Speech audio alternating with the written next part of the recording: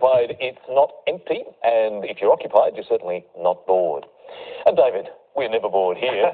But you were talking before about fish and chips and those great fish and chip shop names, and if there's one of those things in a way that goes with summer food and all of that sort of thing, it's also a nice ice confection of some sort. Yes. That's the right word? We need to tiptoe carefully around this area, Richard, because there are several regionalisms, that is, different words in different parts of the country for that water-based icy treat.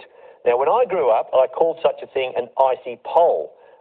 What about you? What did you call them? We would call it an ice block. Yes. Go and get an ice block of some sort. And then when you got there, one of the ones you might get was an icy pole. That's what happens, because up comes the brand name and it becomes so popular that it transfers into a common noun and becomes the generic category marker, identifier.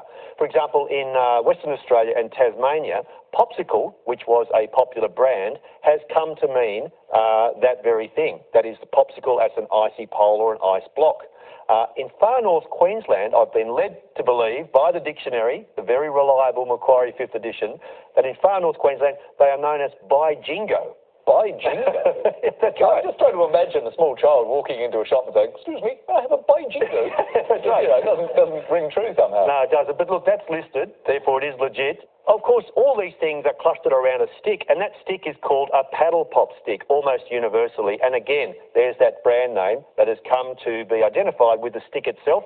It's gone from brand name to being a generic identifier. So another case of a regional or a sort of corporate transfer to identify the object itself. Those regionalisms are fascinating. They are. Thank you, David. Pleasure. Let's look at these scores, and Anne is leading at the moment on 14 points. John, it is time for you to hit the scoreboard, I think.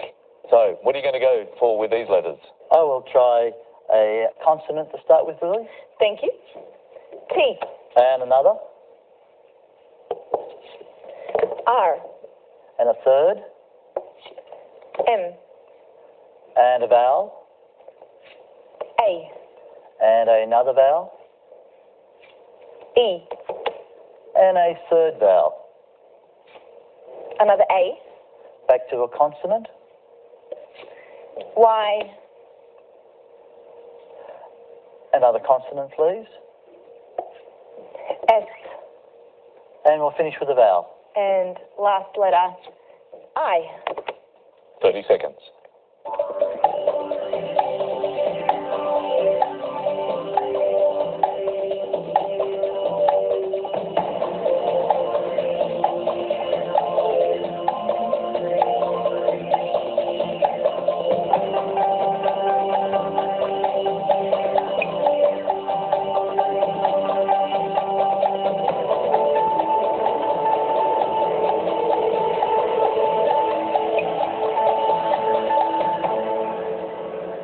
That time, John? 5.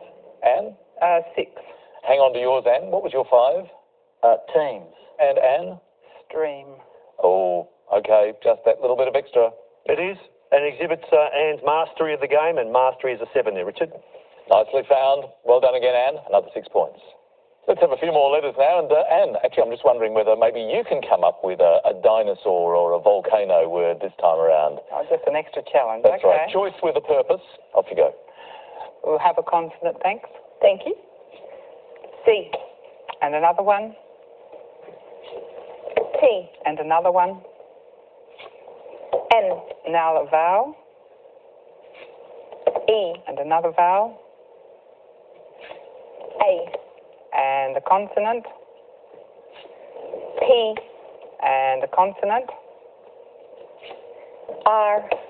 And a consonant. D. And a vowel, thanks. And to finish, I. Thinking time.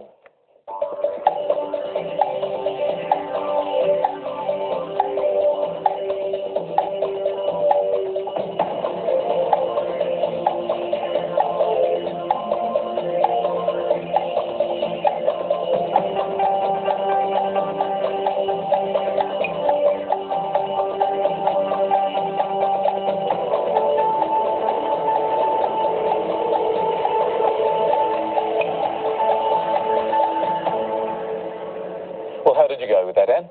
A 7. Sounds good. John? A 6. once again, just one letter behind. And that is one of the tough things about this game, isn't it, John? That, you know, you can have a perfectly good word, but if it's not the longest one, then, of course, no score shows up. But let's have that 6. Created. Which is the word you had a little while ago, a couple of rounds back. And Painted. painted is nice, David. Well, the geologist loves his craters and he's finding crated. Richard's quite right. It's just slightly shaded by painted, a good 7. You asked for volcanoes. There is Etna in the first 5 letters. Oh, nice. Volcano of Sicily. But thinking of Jacob, who won our 3rd series with predicate, there is actually a full Monty here, Richard. Well, nicely found. And that is? It's not predicate, but predicant. Predicant.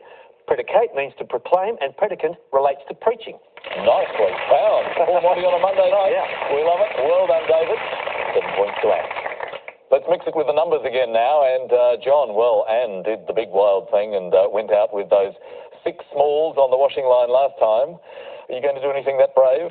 No, thank you. I'll have 1 large and 5 small. Thanks, John. 1 large and 5 small.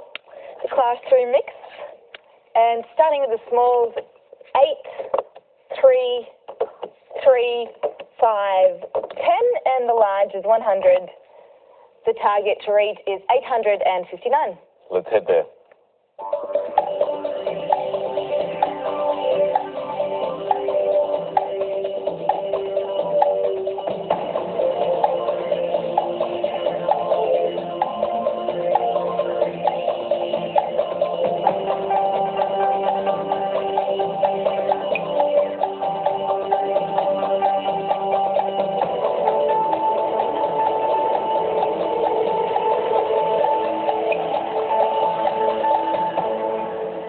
Well, John, those numbers looked a lot more cooperative. How did you go?